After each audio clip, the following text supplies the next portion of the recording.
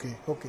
So ఇప్పుడు ఆ తర్వాత పోరాటాలకు సంబంధించి మీరు మీ వల్ల రిజాల్వ్ అయిన ఇష్యూస్ ఉన్నాయా ఈ 10 నెలల్లో? ఇప్పుడు ఓకే, కలెక్టర్ నుంచి వస్తే డెఫినెట్గా ఈ నిరాదీక్షను దాని ఆ క్రెడిట్లో కొంత పార్ట్ మీకు కూడా దక్కుతుంది, మిగతా పార్టీలు ఫైట్ చేస్తే దాని దక్కుతుంది. మీరు ఫైట్ చేసిన ఇష్యూస్లో కొంత గవర్నమెంట్ రిజాల్వ్ చేసిన ఇష్యూస్ ఉన్నాయా? BC reservation round table meetings పెట్టారు, ఓకే, కానీ అది అల్టిమేట్గా బీసీ రిజర్వేషన్ గమ్యం తాకలే, ఏదో పేరుకు చట్టం చేశారు తప్ప అది ఎక్కడ ఇంప్లిమెంట్ కాలేదు. ఇన్ఫ్యాక్ట్ మన మున్సిపల్ ఎలక్షన్స్లో పార్టీ పరంగా కూడా ఇవ్వచ్చు, కాంగ్రెస్ పార్టీ ఇవ్వలేదు, ఎవరు కూడా మాట్లాడలే. పార్టీ పరంగా అయితే ఇవ్వచ్చు కదా, అంతకుముందు సర్పంచ్ ఎలక్షన్స్ అంటే బీఫామ్ లేదు, గుర్తు లేదు, కానీ పార్టీ పరంగా కూడా ఎవరు ఇవ్వలేదు. ఇప్పుడు బీసీల కోసము మొత్తం ఈ రాష్ట్రంలో నేను జైలుకి వెళ్ళక ముందు నుంచి కూడా ఫస్ట్ మాట్లాడిందే నేను. తెలంగాణ జాగృతి నుండి ఎప్పుడైతే కామారెడ్డి డిక్లరేషన్ సాధన కోసం పనిచేస్తామని చెప్పామో అప్పుడే మిగతా సంఘాలు మాట్లాడడం మొదలుపెట్టినాయి.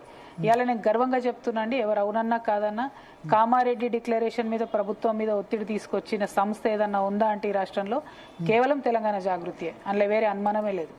ఎందుకంటే మేము దాన్ని ఎట్లా లింక్ చేసాము, నేను అంతకుముందు అసెంబ్లీలో అంబేద్కర్ విగ్రహం పెట్టాలని ఫైట్ చేసి సాధించుకున్నాను కాబట్టి ఇప్పుడు అసెంబ్లీలో పూలే విగ్రహం పెట్టాలి అనే డిస్కషన్తో మొదలుపెట్టి 42% పూలే గారి 42% రిజర్వేషను, అట్లానే సావిత్రిబాయి పూలే గారి జన్మదినాన్ని గుర్తించాలని చెప్పడం, అఫీషియల్గా సెలబ్రేట్ చేయాలని చెప్పడం, ఇట్లా అనేక అంశాలు తీసుకుంటూ వచ్చాను.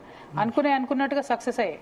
ఇప్పుడు పూలే విగ్రహం పెట్టాలి అసెంబ్లీలో అని మేము అడిగితే ప్రభుత్వం ఒక మెట్టు దిగొచ్చి అసెంబ్లీలో కాదు ట్యాంక్ బండ్లో పెడతామని చెప్తున్నారు. సావిత్రిబాయి పూలే గారిది అఫీషియల్గా సెలబ్రేట్ చేయాలంటే గవర్నమెంట్ ఆఫ్ తెలంగాణ అఫీషియల్గా ఇప్పుడు విమెన్ టీచర్స్ డే కింద సావిత్రిబాయి పూలే గారి జయంతి సెలబ్రేట్ చేస్తూ ఉన్నారు. అదేవిధంగా మేము బీసీ బిల్స్లో 3 బిల్లులు సపరేట్ ఉండాలి, పాలిటిక్స్కి వేరు, ఎడ్యుకేషన్కి వేరు, ఎంప్లాయ్మెంట్కి వేరు అని ఆర్గ్యుమెంట్ ఈ రాష్ట్రంలో చేసిన ఏకైక సంస్థ తెలంగాణ జాగృతి సంస్థ. ఇంకెవరు కూడా బీసీ బిల్లు గురించి అంత టెక్నికల్గా అంత డెప్త్గా ఆలోచించలేదు. మేము 3 బిల్లులను రిపీటెడ్గా చెప్తూ వస్తే ప్రభుత్వం చివరికి 2 బిల్లులు పెట్టింది, ఒకటి రాజకీయాలకి, ఒకటి విద్యా ఉద్యోగాలకి.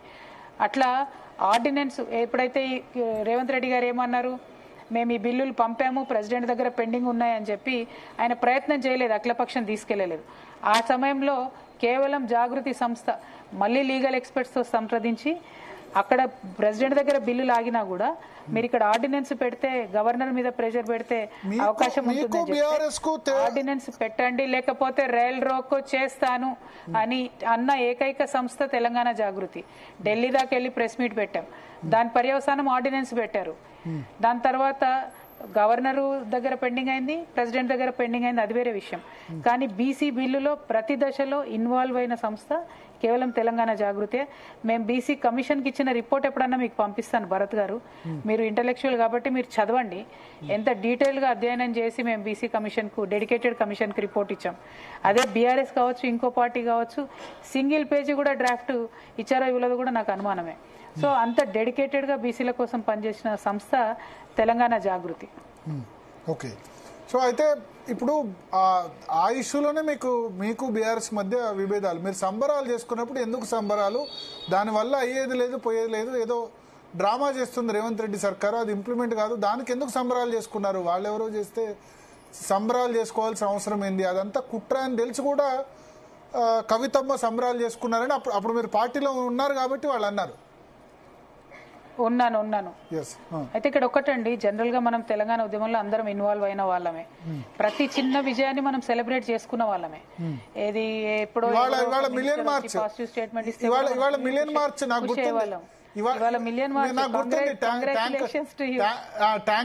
ట్యాంక్ బండ్ మీద మీరు అప్పుడు పరిగెత్తుకుంటూ వచ్చారు, నాకు గుర్తుంది, పరిగెత్తుకెళ్ళిన రోజు. ఎక్కడ నుంచి వచ్చారు?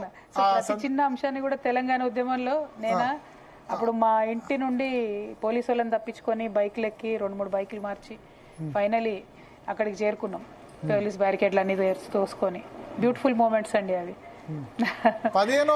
బట్ మీకు నేను చెప్పాలనుకున్నది ఏంటంటే ప్రతి విషయాన్ని సెలబ్రేట్ చేసుకోవాలి, ప్రతి విక్టరీని, చిన్న విక్టరీని సెలబ్రేట్ చేసుకోవాలి. సో బీసీ బిల్లు సాధనలో మేము జాగృతి సంస్థ ఎంత డీప్గా ఇన్వాల్వ్ అయ్యామంటే, మేము ఆర్డినెన్స్ పెట్టమన్న తర్వాత గవర్నమెంట్కు ఏ ఆప్షన్ లేకుండా ఆర్డినెన్స్ పెడితే మేము సెలబ్రేట్ చేసుకున్నాం. దానికి కూడా మీరు ఎందుకు సెలబ్రేట్ చేసుకున్నారు అనే మాట మాట్లాడితే నాకు విచిత్రం అనిపించింది. ఇది పెద్ద ఉద్యమం కదండి, ఇది పెద్ద సామాజిక విప్లవాన్ని తీసుకొచ్చి పెట్టేటి, సమాజాన్ని సమూలంగా మార్చేటటువంటి ఉద్యమం కదా. అంత సింపుల్గా అవ్వదని మాకు కూడా తెలుసు.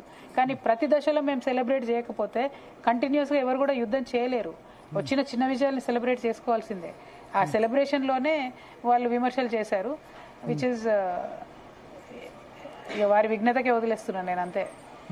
ఓకే. సో అయితే ఇప్పుడు మీరు చేసిన